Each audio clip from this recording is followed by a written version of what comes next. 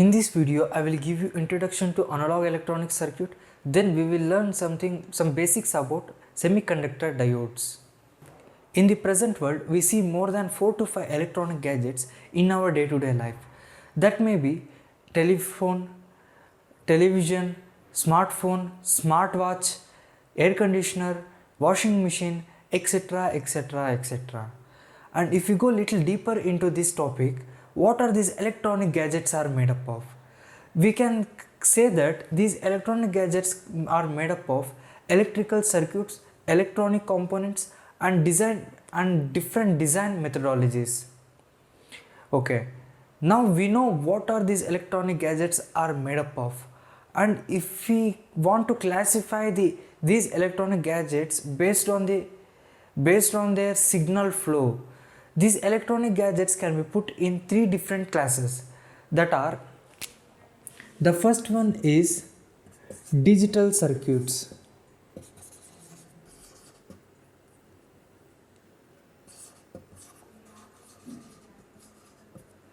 And second one is analog circuits.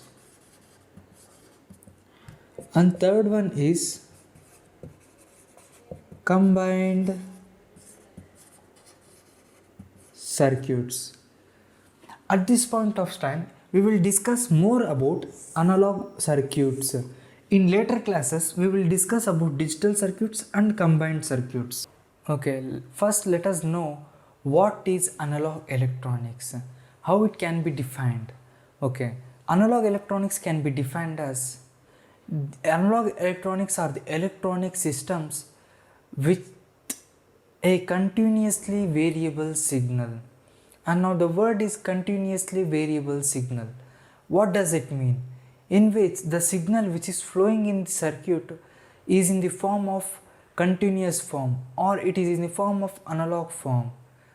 And we can tell the analog signal as in which the signal is varying with respect to time and the voltage, or with respect to time and the current. That means time will be in the x-axis and voltage or current will be in the y-axis.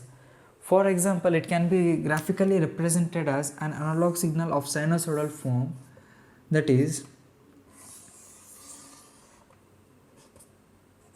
voltage or current. This is the origin. This will be maximum peak voltage of analog signal,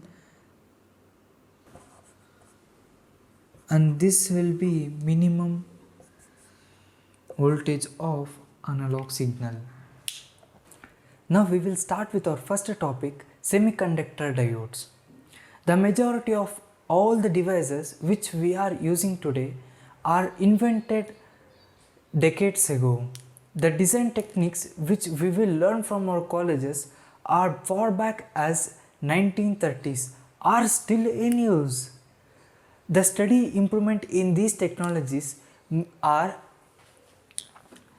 construction techniques, general characteristics, and application techniques, rather than the invention of new elements or new design techniques. The first integrated circuit IC was developed by Jack Kilby.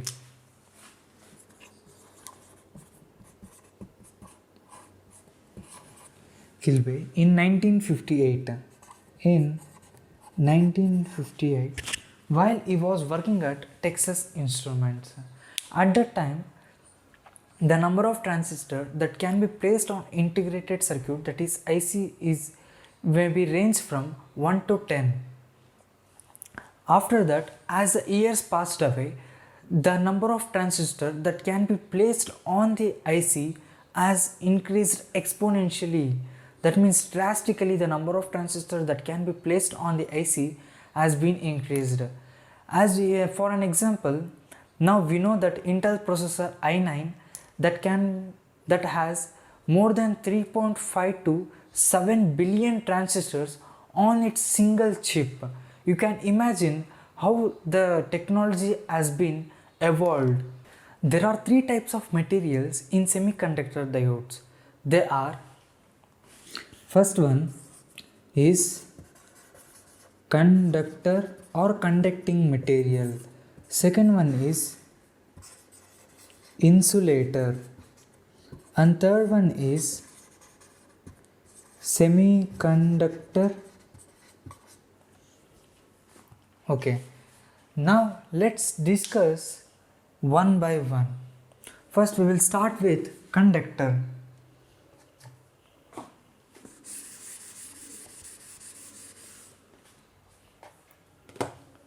Okay, what is a conductor?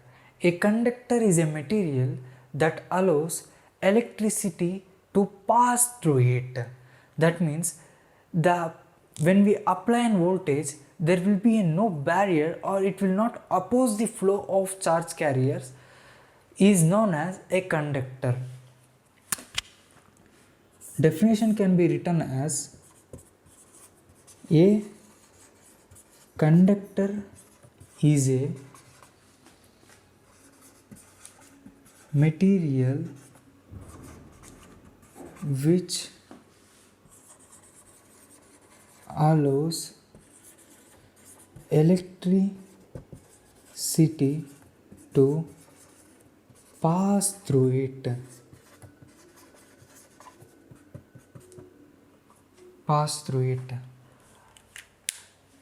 For conductor, copper will be a best example. Since copper is widely used in electrical applications, there is another material which has a good conducting property, that is in silver.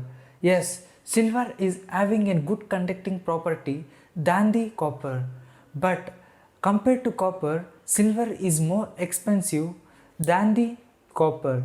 So because of the disadvantage of the cost, the copper is used widely in electrical applications. Now we will see what is an insulator.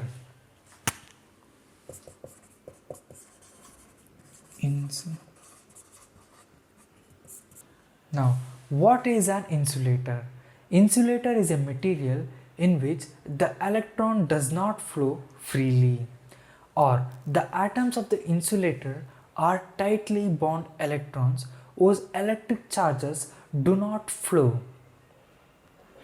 Now, under the influence of electric field, there may be a very little flow of electric current, even though perfect insulator does not exist, because even the insulator contains small number of mobile charges which carry electric current.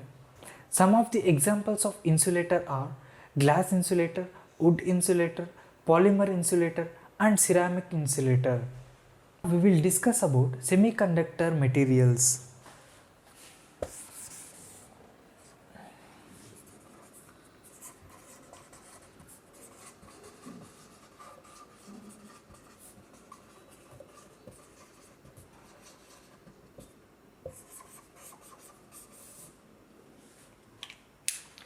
Semiconductor materials. Semiconductor materials plays a very important role in semiconductor element manufacture industries. The construction of every single solid state electronic device and integrated circuit starts with the semiconductor material of highest quality or finest quality. Semiconductors are the special class of elements having conductivity between good conductor and insulator. Okay, that can be written as semiconductor are the special class of elements having conductivity between good conductor and insulator.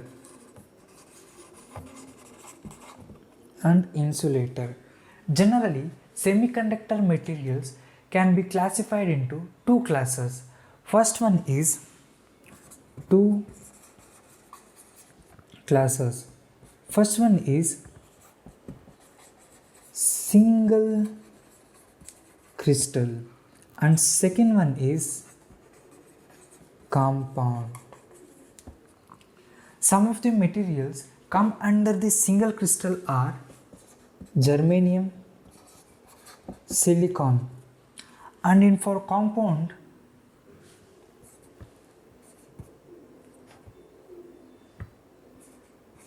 gallium arsenide.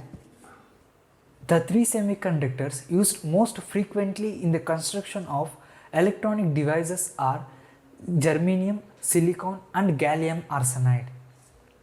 In the next video, I will discuss about covalent bonding and intrinsic materials. Until then, be motivated, keep learning. I will see you in the next video. Thank you.